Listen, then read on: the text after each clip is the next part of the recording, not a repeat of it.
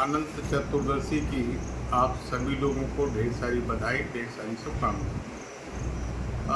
कल अनंत चतुर्दशी हो, जैसा आप सभी को मालूम है कि इस पावन पर्व के अवसर पर हमारे समूचे देश में, या ये कहें तो अतिशयोक्ति नहीं है कि पूरी दुनिया में गणपति उत्सव, गणपति पर्व जो है बहुत धूमधाम से मनाया जाएगा।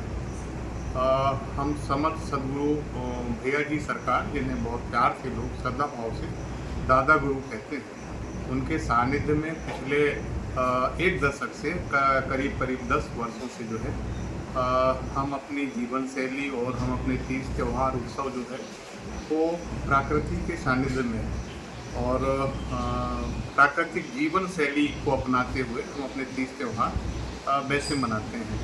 समर्थ दादा गुरु के पावन सानिध्य में पिछले 10 वर्षों से उपनगरीय क्षेत्र रांची में हमारी जो मातृशक्ति हैं वो एक्चुअल गणपति उत्सव को जो है बहुत भक्तिभाव से मनाती हैं। मैं एक्चुअल गणपति उत्सव इसलिए कह रहा हूँ कि आज से हम आदि अनादि काल पूर्व जब गणपति बप्पा की जो है हम उनका निर्माण उत्सव के विषय में सुनते हैं, क्योंकि उनका प्रकटोत्सव है, निर्माण उत्सव है। गणपति जी का जन्म नहीं होता है, माता गौरा ने बहुत भाव के साथ अपने देह की उपटन से एक पुतले का निर्माण किया और उसमें प्राण फूके जो गणपति जी कहलाए, ऐसा हमारी मान्यता कहती है। तो उसी भाव को साकार रूप देते हुए, और दूसरा एक और हमारे शास्त्र संगत एक बात और है कि गौ माता के गोमय में गणपति और लक्ष्मी जी का वास होता है। ये दोनों चीज़ों को अब हम मिलाना चाह रहे हैं। समर्थ सदगुरु के पावन सानिध्य में समग्र जबलपुर नगर में अलग अलग, ये 10 दिनों में अलग अलग दिनों में जो है मातृशक्ति गौमय से जो है पार्थिव गौर गणेश का निर्माण करती हैं, और उस पार्थिव गौर गणेश का निर्माण बहुत भक्तिभाव के साथ करती हैं, बहुत आस्था और विश्वास के साथ करती हैं। ठीक वैसे ही जैसे माता गौरा ने अपने देह की उपटन से एक पुतले का निर्माण करके उसमें प्राण फूके। हमारे घरों में जब मांगलिक कार्यक्रम होता है, जब शादी ब्याह होते हैं, जब किसी घर का उद्घाटन होता है, दुकान का उद्घाटन होता है, क्योंकि हमारा काम है, तो हम बहुत भक्तिभाव के साथ शास्त्र संगत विधि सम्मत गौर गणेश का प्रथम पूजन करते हैं, और उस पूजन में जो है हम गौमय से गौर गणेश का निर्माण करते हैं। और हमारी परंपरा रही है कि हमने हमेशा जो है प्रधानता जो दी है गणपति बप्पा को, वो गौमय से जो गौर गणेश बनते हैं उसको हमने गणपति जी माना है और हमने उस विधान से पूजा है। कई जगह चिंताजनक बात ये है, ये चिंतन का विषय है। मैं सारी धर्म के सब लोगों का जो है सत अभिनंदन करता हूँ, मैं किसी की बुराई नहीं कर रहा हूँ, लेकिन कई बार ये चिंतन का विषय, हमें ये सोचना पड़ेगा, तय करना पड़ेगा कि जब वास्तव में गणपति बप्पा का हम उत्सव मनाते हैं, उस पर्व को मनाते हैं, तो फिर हम आर्टिफिशियल में चले जाते हैं, फिर हम शास्त्र संगत नहीं रह पाते हैं, फिर हम विधि संगत नहीं रह पाते हैं। फिर कई जगह तो देख के बहुत ठेस पहुंचती है, कई बार बड़ा तकलीफ़ होती है कि वो फिल्मी गानों के तर्ज पे बड़ी बड़ी गणपति जी की मूर्तियों के साथ जो है लोग ठेस पहुंचाते हुए अपने अपने स्थानों से निकलते हैं।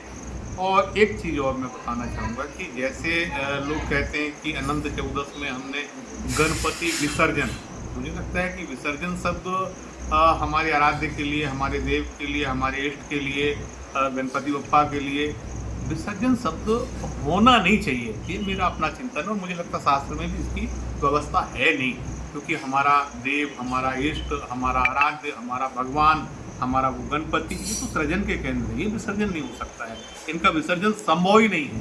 अगर इनका ही विसर्जन हो जाए तो बात खत्म हो जाए। तो ये सृजन के केंद्र हैं। हमारे जो जीवनदायिनी नदियाँ हैं, प्राकृतिक जल स्रोत हैं, ताल तलैया हैं, ऐसी व्यवस्था रही कि हम वहाँ पे गणपति जी को ले जाके पूजन पाठ के बाद विसर्जन कर देते हैं। वो नए सृजन का आगाज होता है एक्चुअल। और जो समर्थ सदगुरु भैया जी सरकार के पावन सानिध्य में हम गौर गणेश का जब निर्माण करते हैं, तो गौरामय होके हमारी वो मातृशक्ति, पार्वतीमय होके वो मातृशक्ति बड़ी तादाद में यहाँ से चल समारोह निकलता है। वो अपने सर पे वो थाल लेके चलती हैं।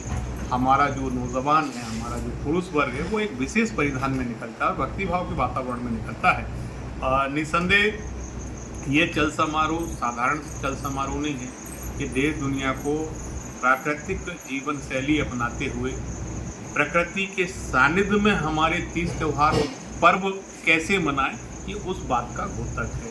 इससे हमारे ताल तलैया, हमारे प्राकृतिक जल स्रोत दूषित नहीं होंगे।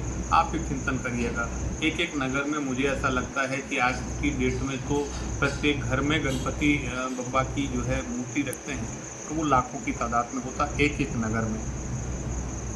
अब एक नगर में 1 लाख मूर्तियां जब हमारी वो जीवनदायिनी नदियों में या प्राकृतिक जल स्रोत में जाएंगे, तो आप चिंतन करिएगा कि उस प्राकृतिक जीवनदायिनी नदियों का और प्राकृतिक जल स्रोतों के क्या हालत होंगी। उनमें रहने वाले असंख्य जीव उनके रंग रोगन से प्रभावित हो जाता।